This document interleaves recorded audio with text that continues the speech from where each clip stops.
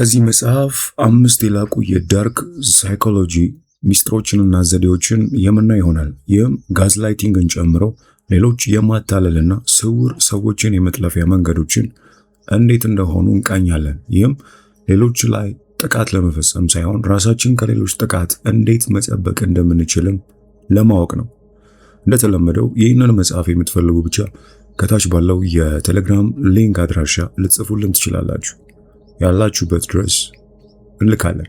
ይህን ጠቃሚ ቪዲዮ ደግሞ ለብዙዎች ተደራሽ መሆን እንዲችል ቪዲዮን ላይክ፣ ሼር በማድረግ ይህን አስደናቂ የእውቀት ቤተሰብ ሰብስክራይብ በማድረግ ተቀላቀሉንና ወደ ዛሬው ሐሳብ እንግባ። ጋዝላይቲንግ የሚለው ቃል የመጣው ከፓትሪክ ሃሚልተን የተባለ ደራሲ ከጻፈው ተውኔት ነው። በዚህ ተውኔት ላይ ያለው ጃክ ማኒንግሃም የተባለ ወንጀለኛ ወንጀሉን ለመደበቅ ሲል ሚስቱን ቤላን እብድ እንደሆነች ለማሳመን ይጥራል። ጃክ ማታ ማታ የተደበቁ ጌጣጌጦችን ለመፈለግ በሚል ሰበብ ወደ ጣሪያው ስር ይገባል። በዚያም ያሉትን ለመብራት የሚሆኑትን የጋዝ መስመሮች ፍሰት በቀስታ ይቀንሳል። ይህ ቢሆንም በሳሎን ውስጥ ያሉትን በጋዝ የሚሰሩ መብራቶች ይደበዝዛሉ። ሚስቱ ቤላ የመብራቶቹ ብርሃን እየቀነሰ መሆኑን ስትናገር ጃክ በቁጣ አልቀነሱም፣ ዓይንሽ ነው ይላታል። በየቀኑም ጣራ ላይ እየወጣ የጋዙን መጠን ቀስ በቀስ ይቀንሰዋል። መጨረሻ ላይ ምንም እስከማይታይ ድረስ መብራቶቹ ይደበዝዛሉ። ቤላንም ዓይንሽ ነው እንጂ አልደበዘዙም ብሎ ይክዳታል።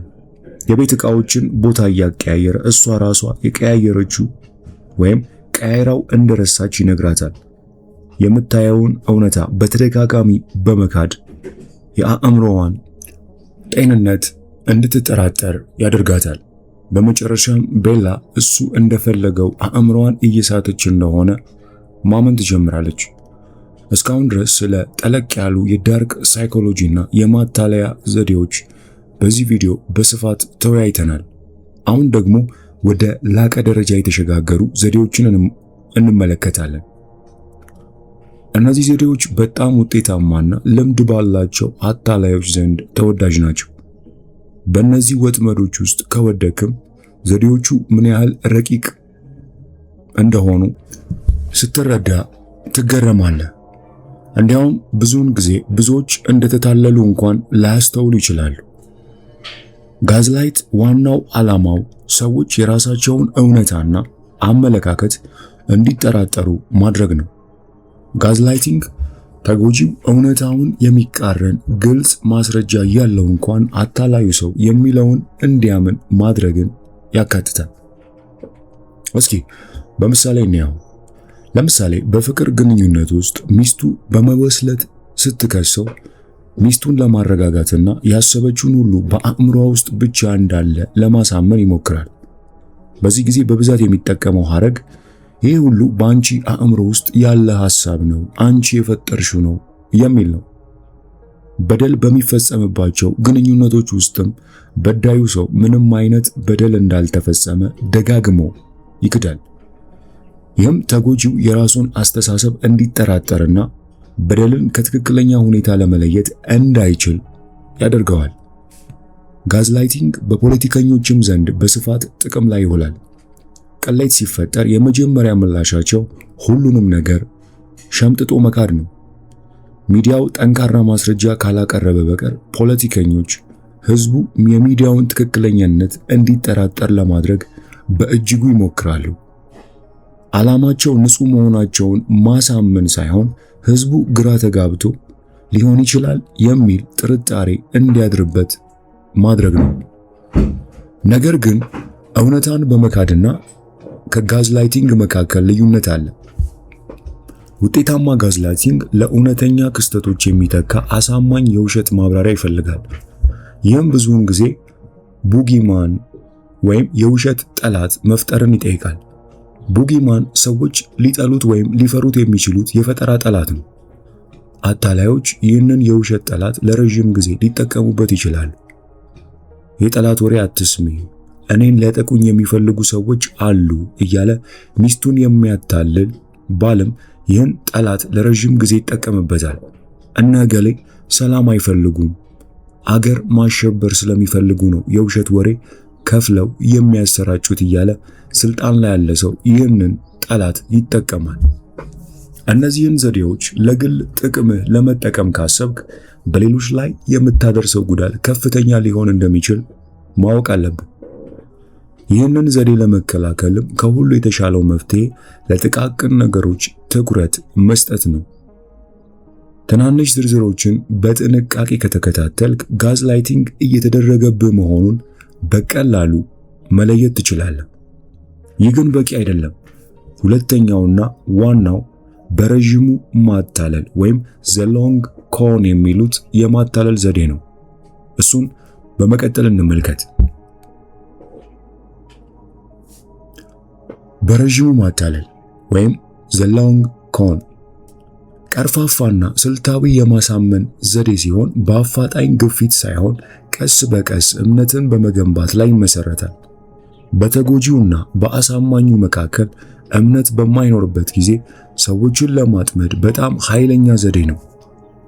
ትኩረቱም በረዥም ጊዜ ግብ ላይ ያደረገ ነው።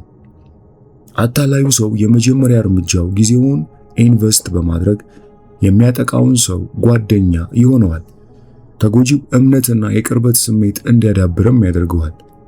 ይህንን የሚያሳካው ወዳጅነት በመገንባትና ተጎጂው ምቾት እንዲሰማው በማድረግ ነው። ለዚህ ዳርክ ሳይኮሎጂ ምሳሌ ከሚሆኑት አንዱ የፓሪስ ኤፍል ታወር ሊሸጥ የሞከረው ደፋሩ አታላይ ነው። በ20ኛው ክፍለ ዘመን መጀመሪያ ላይ የነበረው በንግግሩ ሰዎችን ማሳመን የሚችለው ቪክቶር ሉስቲግ በ1925 የፈረንሳዩን የኤፍል ታወር የጥገና ችግሮች እንዳሉበትና አንዳንድ ዜጎች እንዲፈርሱ እንደሚፈልጉ የሚገልጽ የጋዜጣ ጽሑፍ አነበበ። ይህ ለእቅዱ መነሻ ሆነው። እቅዱ ደግሞ ፍጹም እምነትን ይጠይቅ ነበር። ሉስቲግ የፖስታና የቴሌግራም ሚኒስቴር ይፋዊ መግለጫ የሚመስሉ ጽሑፎችን እንዲሰሩ አደረገ። ከዚያም ፓሪስ ውስጥ የሚገኙ ጥቂት ብረታ ብረት ሻጭ ከበርቴ ነጋዴዎችን ሉክሰሪ ሆቴል ደ ክሪዮን ወደ ተባለ ውድ ሆቴል ጋበዛቸው። ስብሰባውን ሚስጥራዊ ያደረገው። ምክትል ዋና ዳይሬክተር መስሎ በመቅረብ ሉስቲግ እንዲያምኑት አደረገ። ለነጋዴዎቹ የፓሪስ ከተማ ኤፍል ታወርን አፍርሶ ብረታ ብረቶቹን በድብቅ ለመሸጥ እንደወሰነ ገለጸላቸው። ውሳኔውም በድብቅ የተላለፈው የሕዝብ ቁጣን ለማስወገድ እንደሆነ አሳመናቸው። ይህም ንግግሩ አንድ ወሳኝ ነገርን ይዟል። ውሳኔው ሚስጥራዊ ነው ብሎ መግለጹንም ነጋዴዎች ታሪኩን እንዳያረጋግጡ አገዳቸው። ሉስቲግ ዋና ተጎጂ የሆነውንና በራስ መተማመን የጎደለውን ወደ ፓሪስ የውስጥ ክበብ ለመግባት የሚፈልገውን ነጋዴ አንድሬ ፓይሰንን በጥንቃቄ ለማታለል መርጦት ነበር። ፓይሰን ከፍተኛ ዋጋ ያለው የኤፍል ታወርን ክፍል መግዛት ከፈለገ ትልቅ ጉቦ መክፈል እንዳለበት አሳመነው። ይህ ጉቦም እንደ ሚስጥራዊና ከፍተኛ የመንግስት ሥራ ወጪ ተደርጎ የቀረበ ሲሆን ሉስቲግ ሀብታም መስሎ እንዲታይ ይህ ገንዘብ ያስፈልገው ነበር። በኋላ ላይ ፓይሰን እንደተጭበረበረ ቢገባውም በዚህ ተራ ምክንያት መታለሉን ሌላ ሰው እንዲያውቅበት አልፈለገምና ዝም አለ። ይህም ሉስቲግ ወደ ፒየና እንዲሸሽ አስችሎታል። ከ6 ወራት በኋላ በተመሳሳይ መንገድ በቬና ያሉ ነጋዴዎችን ማጭበርበር ችሏል። በዚህ ረዥም ጊዜ በዘለቀው የእምነት ግንባታ ተጎጂው እምነቱን ከሰጠ በኋላ አታላዩ ሰው የማታለል ሙከራውን ይጀምራል። አብዛኛውን ጊዜም ማታለሉን የሚጀምረው ለተጎጂ ያሰበ በመምሰል ነው። ይህም 2 ዓላማዎች አሉት። በመጀመሪያ ተጠቂው ሰው እንዲያምኑ ያደርጋል እና በሁለተኛ ደረጃ ተጎጂው በዚህ ሥራ ውስጥ ተጠቃሚ እንደሆነ እንዲያስብ ያደርጋል። ተጎጂው አንዴ ከታመነም አታላዩ ሰው እንደፈለገው ይጠቀምበታል። ይህ ዳርክ ሳይኮሎጂ ለረጅም ጊዜ ታቅዶበት የሚደረግ ነው። ጥሩ ምሳሌ የሚሆነው ኢላማውን ደብቀው ለገንዘብ ሲሉ የሚያገቡ ሰዎች ናቸው።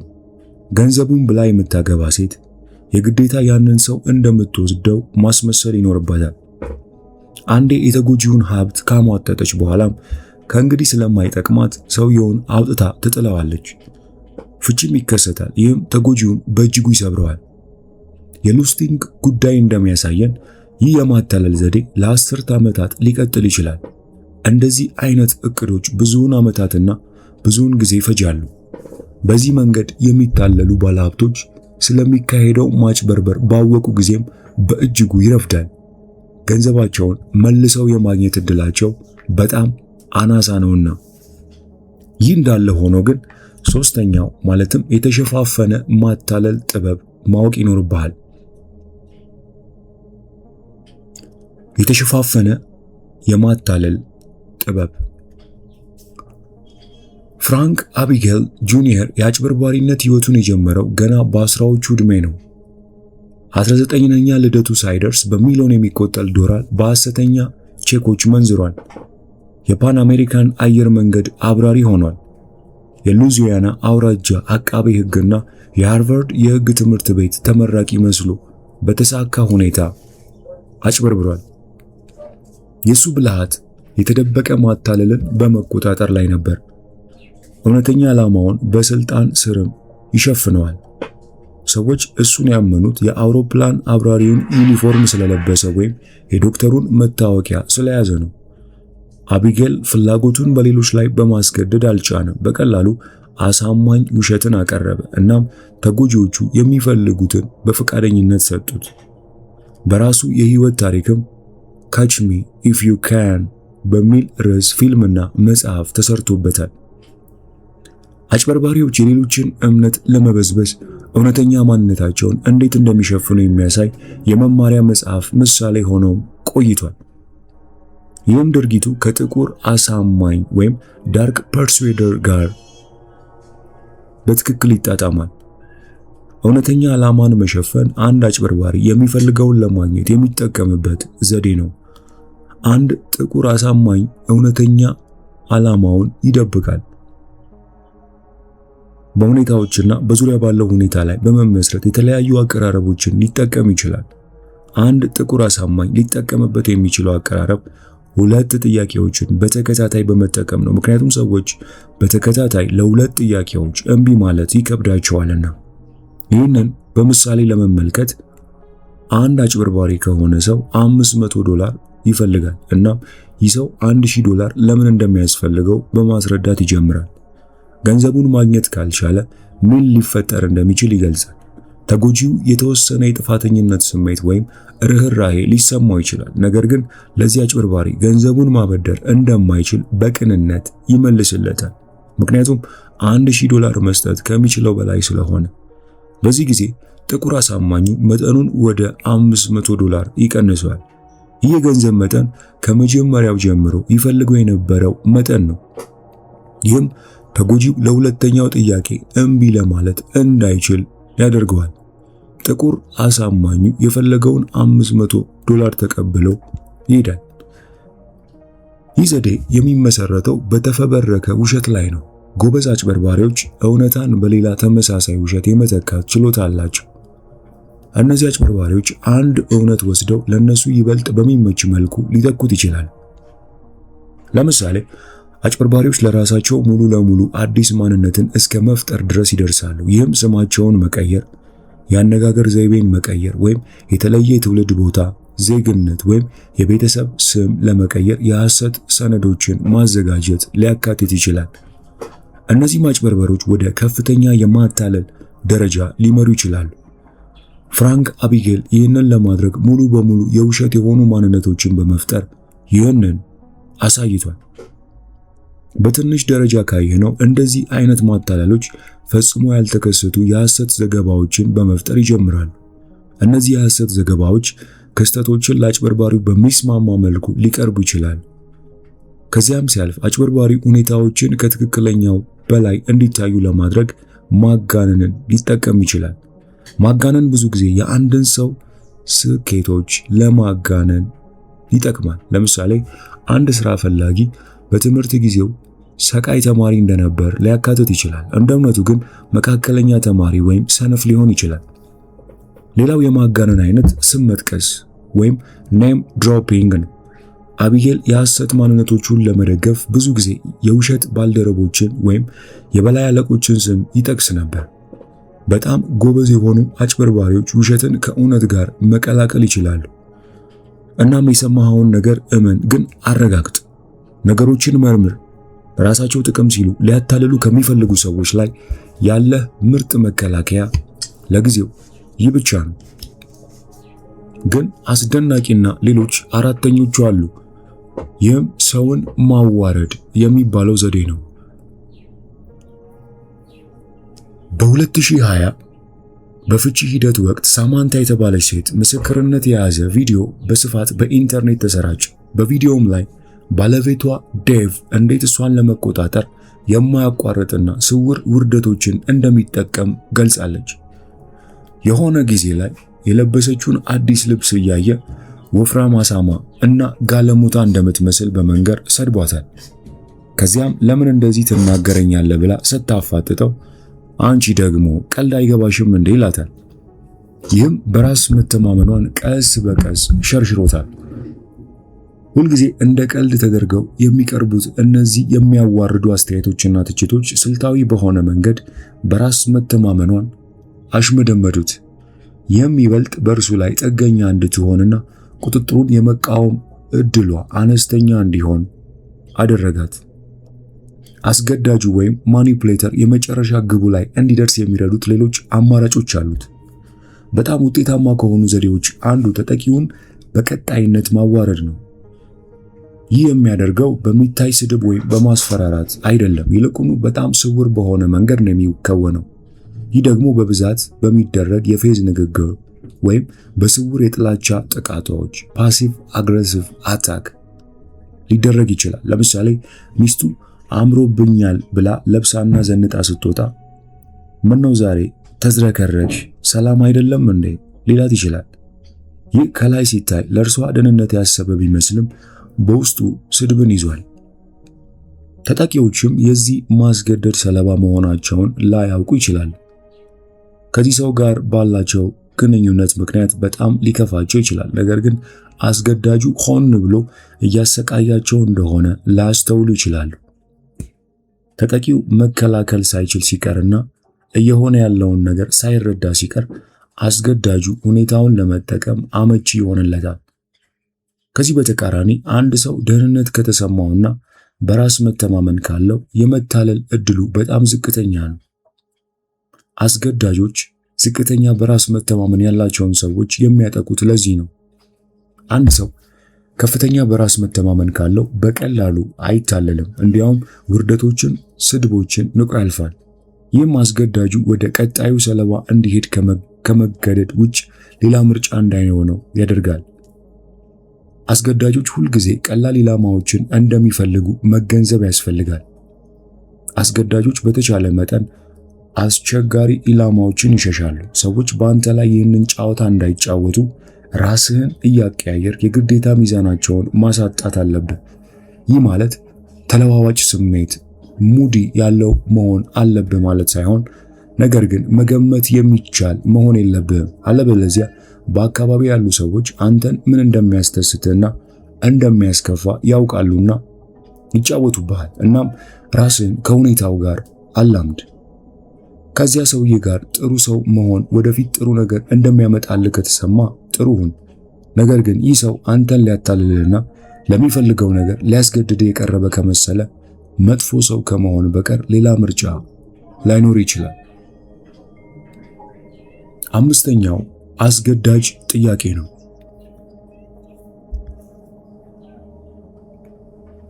በ1989 በጸደይ ወቅት 5 ታዳጊዎች በሴንትራል ፓርክ ውስጥ በተፈጸመ ጭካኔ የተሞላበት ጥቃት ምክንያት በቁጥጥር ስር ዋሉ።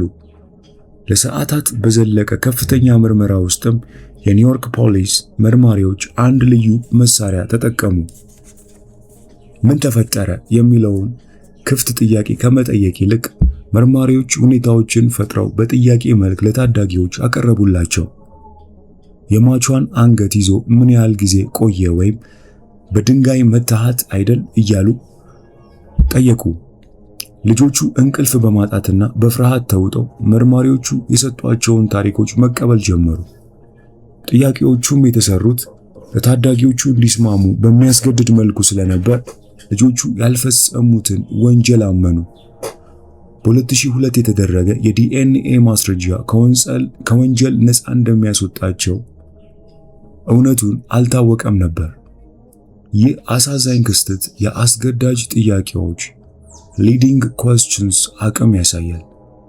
ይህም የሚደረገው ተጎጂው የተወሰነ ምላሽ እንዲሰጥ የሚያስገድዱ ጥያቄዎችን በመጠየቅ ነው። አሳማኙ እንደ እከሌ ያን ያህል ክፉ ነው ብለህ ታስባለህ የሚል ጥያቄ ሊጠይቅ ይችላል። ይህ ጥያቄ እየተጠቀሰ ያለው ሰው በአንድም ወይም በሌላ መንገድ መጥፎ መሆኑን ያመለክታል። ይህ ጥያቄ አስገዳጅ ባይሆን ኖሮ ስለ እኔ ምን ታስባለህ ይል ነበር፣ ወይም ስለ እገሌ ምን ታስባለህ።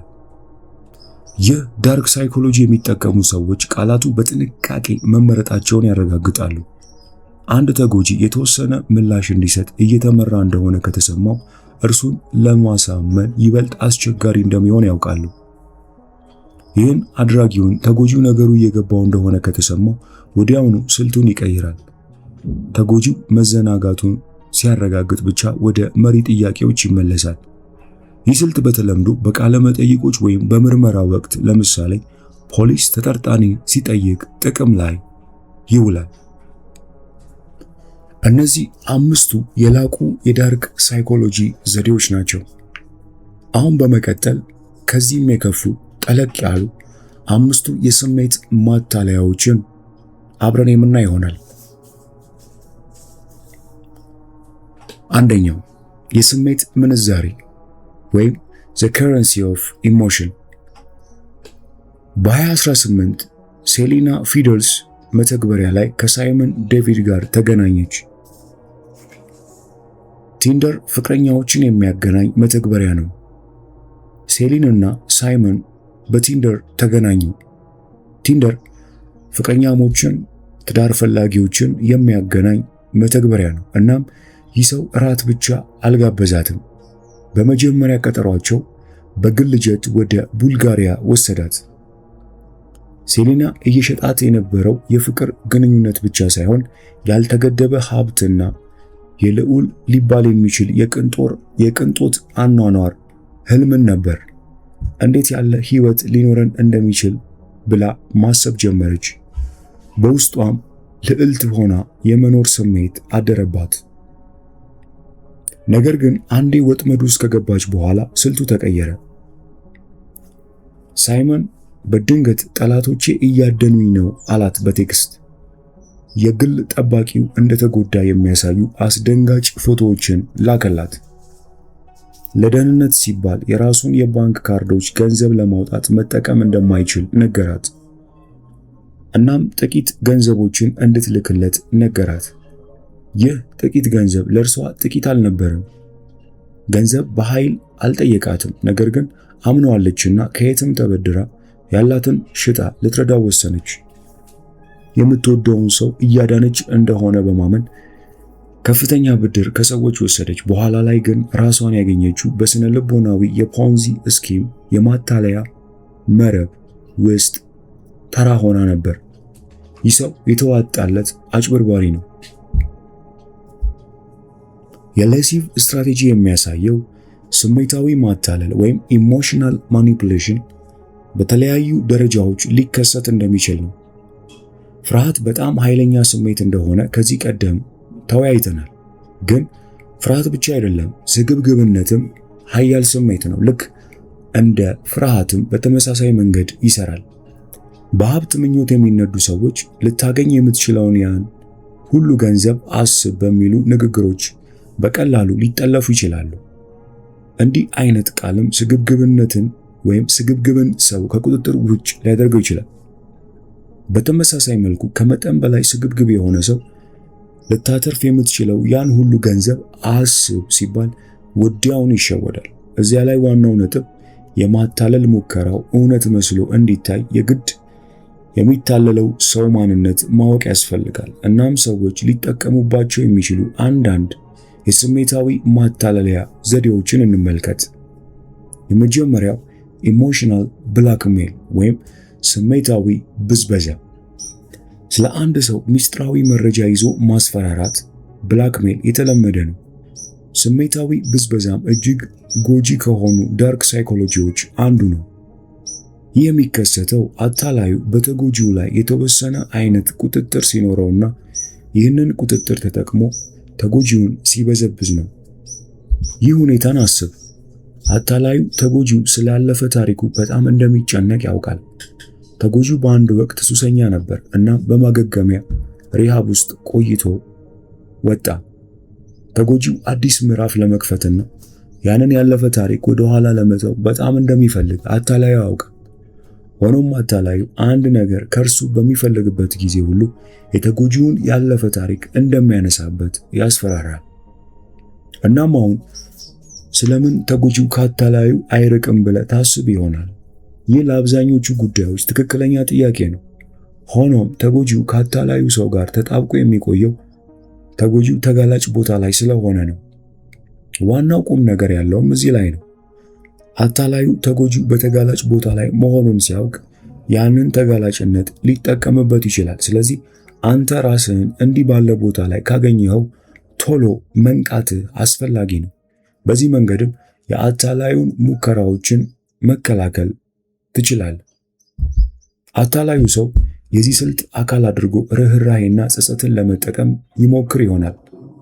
እነዚህ ሁለት ስሜቶች አብዛኛው ሰዎች ሊሰማቸው የሚችሉ በጣም ውጤታማ ስሜቶች ናቸው። ብዙውን ጊዜም አታላዩ ተጎጂውን በሚፈልገው መንገድ ለማንቀሳቀስ ይጠቀምባቸዋል። አታላዩ ሰው እሱም በተጎጂው ላይ የፈጠረውን ርህራሄና ጸጸት እንደ መሳሪያ ይጠቀማል። ይህንን የማታለያ ዘዴ መጠቀም ማለት ደግሞ ከሎጂክ ወይም ከምክንያታዊነት ይልቅ በተገዢው ስሜት ላይ መመስረት ማለት ነው። ተጎጂውም ያለማቋረጥ ለአደጋ በተለይም ለስሜታዊ ህመምና ስቃይ ይጋለጣል። አታላዩ ኢላማውን ለማንበርከክ ኃይለኛ ስሜቶችን ለመቀስቀስ ማንኛውንም ዘዴ ሊጠቀም ይችላል። ተጎጂው የራሱ ነፃ ፈቃድ ያለው መስሎ ቢሰማውም እንደ እውነቱ ከሆነ ግን ለአታላዩ ሴራ ምላሽ እየሰጠ ነው። ሌላው ማስፈራራት ወይም ኢንቲሚዴሽን ነው። በ1970ዎቹ መጨረሻ በጋያና ጥቅጥቅ ያሉ ጫካዎች ውስጥ የፒፕልስ ቴምፕልስ መሪ የነበረው ጂም ጆንስ በረቀቀ የሥነ ልቦና ማስፈራራት ዘዴ ወደ 1000 የሚጠጉ ተከታዮቹን ሙሉ በሙሉ ይቆጣጠር ነበር። ጆንስ ሁልጊዜ ጉልበት መጠቀም አያስፈልገውም ነበር። ይልቁንም የውጭውን ዓለም ፍርሃትና ውርደት እንደ መሳሪያ ይጠቀም ነበር። ነጭ ምሽቶች ወይም ዋይት ናይትስ የተሰኙ አስፈሪ ልምምዶችን ያደርግ ነበር። ተከታዮቹን እኩለ ሌሊት ላይ በመቀስቀስ ቅጥረኛ ወታደሮች ወይም CIA ሊያጠቋቸው እንደሆነ ይነግሯቸው ነበር። በጄፍ ጌን ዘ ሮድ ቱ ጆን ስቶንስ መጽሐፍ ላይ እንደተብራራው ጆንስ ተከታዮቹን ታማኝነታቸውን እንዲያጡ መርዝ ነው ብሎ ያቀረበላቸውን ነገር እንዲጠጡ ያስገድዳቸው ነበር። መርዝ የተባለው ነገር ከጠጡት ከሰዓታት በኋላ ፈተና ብቻ እንደሆነ ይገልጽላቸው ነበር። ተከታዮቹን በቋሚ ድካምና ሽብር ውስጥ በማቆየት ጥሎ ለመውጣት እጅግ እንዲፈሩ አድርጓቸዋል። በተጨማሪም የሕዝብ ፊት ኑዛዜዎችን ይጠቀም ነበር። አባላት ኃጢአታቸውን በቡድኑ ፊት እንዲናዘዙ በማድረግ ሁሉም የመጋለጥ ወይም የመገለል ፍርሃት እንዲያድርበት አድርጎ ነበር። ማስፈራራቱ ውጤታማ የነበረው ከእርሱ ጥበቃ ውጭ ያለው ሕይወት የበለጠ አደገኛ እንደሆነ ስላሳመናቸው ነው። ይህ አንድን እውነታ ያሳያል። ማስፈራራት ውጤታማ የሚሆነው ኢላማ የተደረገው ሰው ከአስፈራሪው ወይም ማኒፑሌተር ጥቃት ሊሰነዘርብኝ ይችላል ብሎ በመፍራት ለጥቃት ተጋላጭ እስከሆነ ድረስ ነው። ስለዚህ ማስፈራራት ከዛቻ ያለፈ ነገር አይደለም። አስፈራሪው ወይም ማኒፑሌተሩ የግድ ድርጊቱን መፈጸም ላይኖርበት ይችላል። ነገር ግን በተቻለ መጠን የሚያስፈራራበት ነገር አሳማኝ መሆን አለበት። አታላይ ሰዎች በአጠቃላይ ተጎጂው በብዛት የሚፈራውን ነገር ይለያሉ። ከዚያም በዚያ አቅጣጫ ጥቃት ይሰነዝራሉ።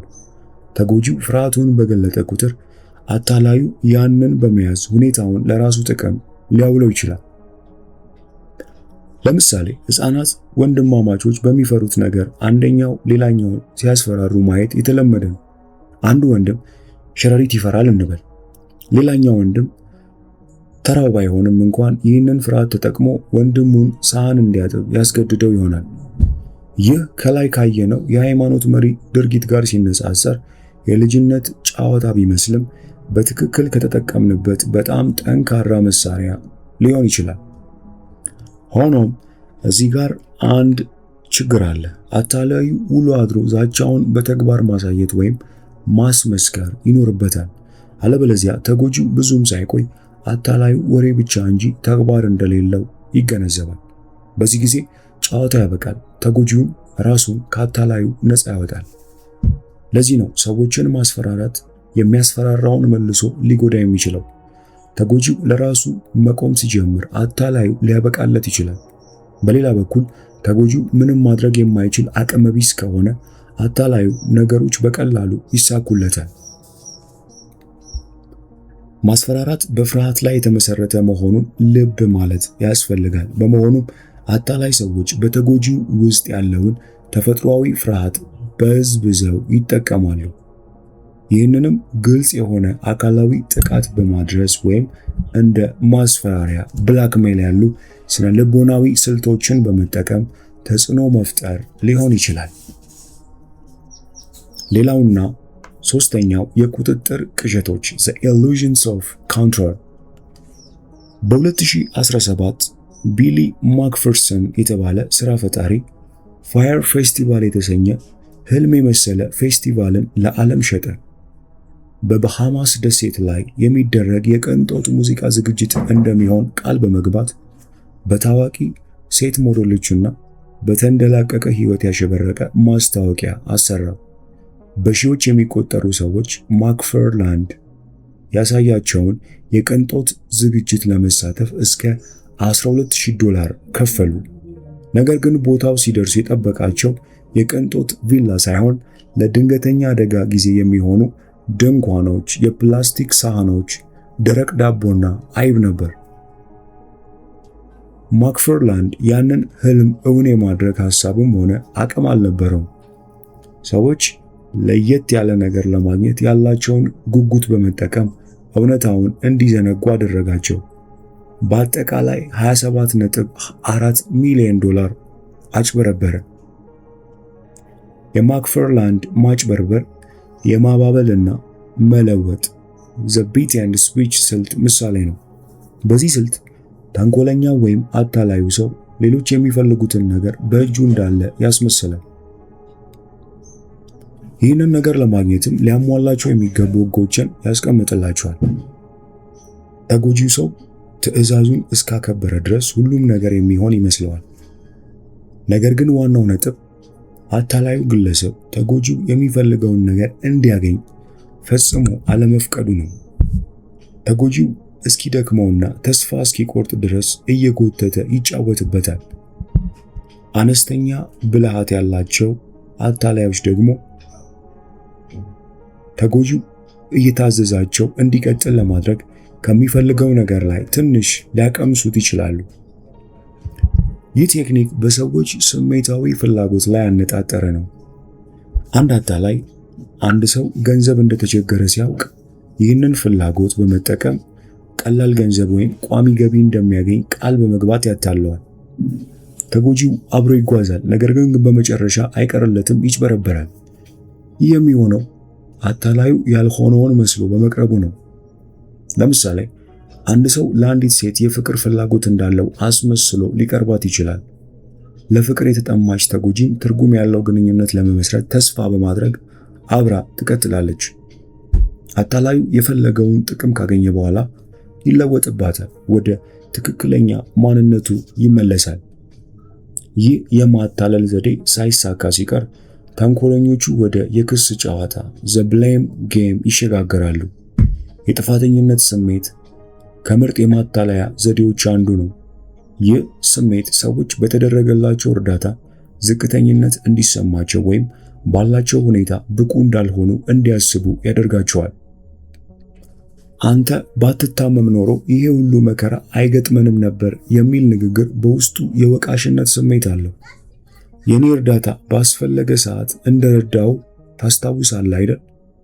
አሁን ደግሞ እኔ ያንተን እርዳታ እፈልጋለሁ በማለት ሰውን ለማሸማቀቅና ወደ ፈለጉት መንገድ ለመምራት የሚደረጉ ሙከራዎች አሉ። በስራ ቦታም ነገሮች ሲበላሹ ተንኮለኞች ጥፋቱን ወደ ሌላ ሰው በማዞር የተካኑ ናቸው። ስማቸውን ለማጽዳት በሌሎች ላይ አሳማኝ ማስረጃዎችን ያቀርባሉ። አንድ አለቃ ስህተት ሰርቶ ኩባንያው ወጪ ሲያስወጣ እኔ በዚህ ሙያ ብዙ ዓመታት ያሳለፍኩ ኤክስፐርት ነኝ በማለት ጥፋቱን ወደ ተራ ሰራተኞች ሊያዞር ይችላል። አልፎ ተርፎም ይሄን ሁሉ ካደረግኩላችሁ በኋላ አሳፈራችሁኝ በማለት ሰራተኞቹን ላልሰሩ ስህተት ራሳቸውን እንዲወቅሱ ያደርጋል። ይህ በፖለቲካ ውስጥም ይከሰታል። ፖለቲከኞች ለችግሮች ሁሉ ሌላ ተጠቂ ይፈልጋሉ። ራሳቸውንም እንደ አዳኝና ጀግና አድርገው ያቀርባሉ። ለሁሉም ነገር መፍትሄው እንዳላቸው ይናገራሉ። ነገር ግን የኋላ ታሪካቸው ሲፈተሽ በተግባር ያሳኩት ነገር እዚህ ግባ የሚባል አይደለም። The Art of Insuasion ወይም የአሽሙር ጥበብ። በሁለተኛው የዓለም ጦርነት ወቅት በፓሲፊክ ውቅያኖስ አካባቢ የነበሩ የአሜሪካ ወታደሮች ከሌሊቱ 6 ሰዓት ለተባለ ዳርክ ሳይኮሎጂ ተጋልጠው ነበር። በወታደሮቹ ዘንድ ቶኪዮ ሮዝ በመባል የምትታወቀው ጃፓናዊቷ ቀጥተኛ ዛቻዎችን ሳትጠቀም የአሜሪካ ወታደሮችን ስለ ልቦና ትሰብር ነበር። ለስለስ ካሉ የሙዚቃ ምርጫዎች መካከል አቅራቢዋ የወታደሮችን ሞራል የሚሰብሩ መልእክቶችን ጣል ታደርጋለች። ለምሳሌ ሚስትህ ከሌላ ሰው ጋር አልጋ ላይ እየወሰለተችብህ ነው ብላ ከመናገር ይልቅ በለስላሳ ድምፅ ወደ ማይክሮፎኑ ጠጋ ብላ እንዲህ ትላለች።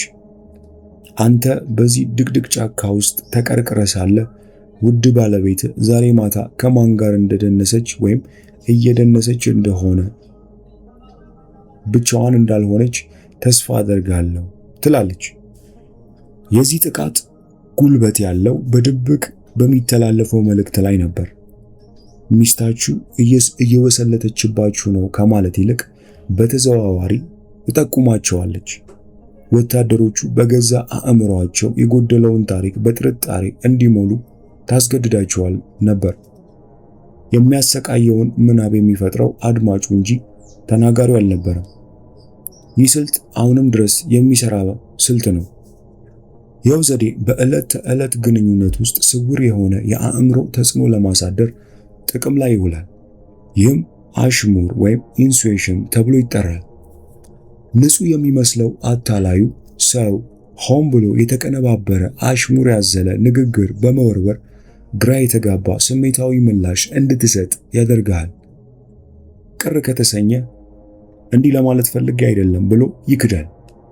አስተያየቱ ብዙ ጊዜ እንደ ምስጋና ይቀርባል፣ ነገር ግን የሚያበረታታ የምስጋና ሐሳብ አይደለም። ነገሩን በስህተት እንደተረዳኸው እንድታስብ ተደርጎ በረቀቀ መንገድ የተከሸነ ነው። አታላዩ ምን እንደሚያናድድህ ጠንቅቆ ያውቃል።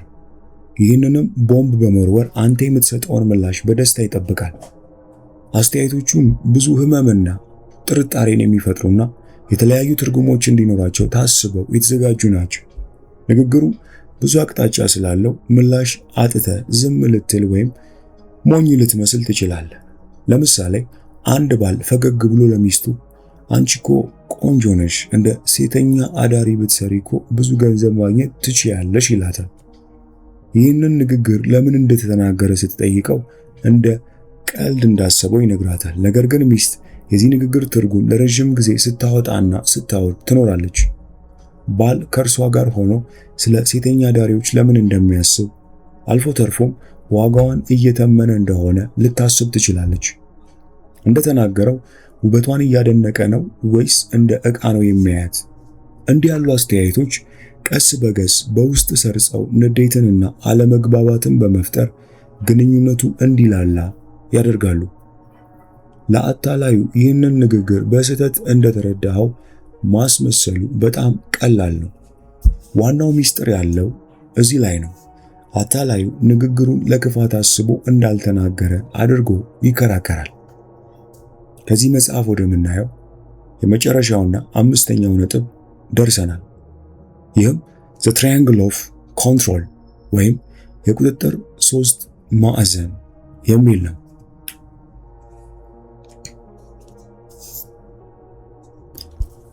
በ1960ዎቹ መገባደጃ ላይ የአንድ ሃይማኖት መሪ የሆነው ቻርልስ ማንሰን በተከታዮቹ ላይ ፍጹም የሆነ ስነ ልቦናዊ የበላይነት ጠብቆ የቆየው ትራያንጉሌሽን ተብሎ በሚጠራው ስልት ነበር። ማንሰን ተከታዮቹን እርስ በርስ በማጋጨት ስጋት እንዲፈጠርባቸው ያደርግ ነበር። ለምሳሌ ለሱዛን አትኪንስ ለተባለችው አንድ አባል ከፍተኛ ፍቅር ይቸርና ድንገት ያንን ፍቅር ይነፍጋታል። ያንኑ ትኩረት ፓትሪሺያ ለተባለች አባል ይሰጣታል። በአትኪንስ ፊትም አዲሷን ሴት ያወድሳታል። ችላ የተባለችው ተከታይ ህመም ወይም ግራ መጋባት ሲሰማትም ማንሰን አያረጋጋትም ነበር። ራስ ወዳድ ስለሆንሽ ነው ብሎ ይሰድባታል።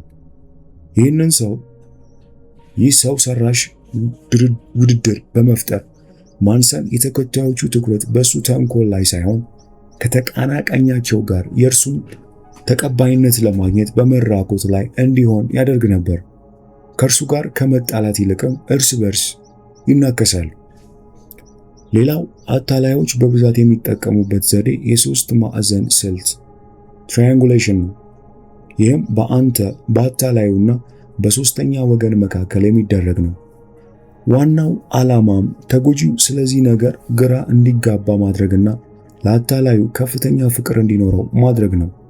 ለምሳሌ አንድ ወንድ ለፍቅረኛው በድንገት መንገድ ላይ ስላገኛት የቀድሞ ፍቅረኛው ሊያወራት ይችላል። ወይም ደግሞ ጂም ውስጥ እያለ መጥታ ስልኩን ስለተቀበለችው ሴት ሊያወራት ይችላል። ይህን ስትሰማ ፍቅረኛዋ እሱን የራሷ ብቻ ለማድረግ መጣር ትጀምራለች። አታላዩ በእርሷና በሌላ ሰው መካከል ግልጽ ያልሆነ አሉታዊ ግንኙነት በመፍጠር እርስ በእርስ ያጣላቸዋል። ጥሉ ያለው በፍቅረኛው ጭንቅላት ውስጥ ብቻ ቢሆንም እንዲህ አታድርግ ያስከፋኛል ብትለውም ከዚያችኛዋ ሴት ጋር የሚያገናኘው ነገር እንደሌለ በመግለጽ ትክክለኛው ችግሯ በራስ አለመተማመኗ እንደሆነ ይነግራታል። እርሷም ለምን እንዲህ ተጠራጣሪ ሆንኩ ብላ እንድታስብ ትናደዳለች።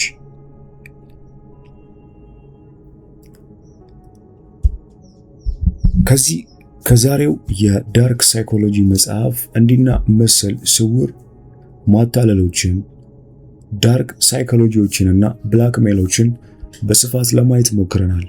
ይህም በሌሎች ላይ ለማድረግ ሳይሆን እንዲህ ካሉ ሰዋራ የዳርክ ሳይኮሎጂ ጥቃቶች ራሳችንን እንዴት ማዳን እንደምንችል እንዲጠቅመን ታስቦ የቀረበ ነው።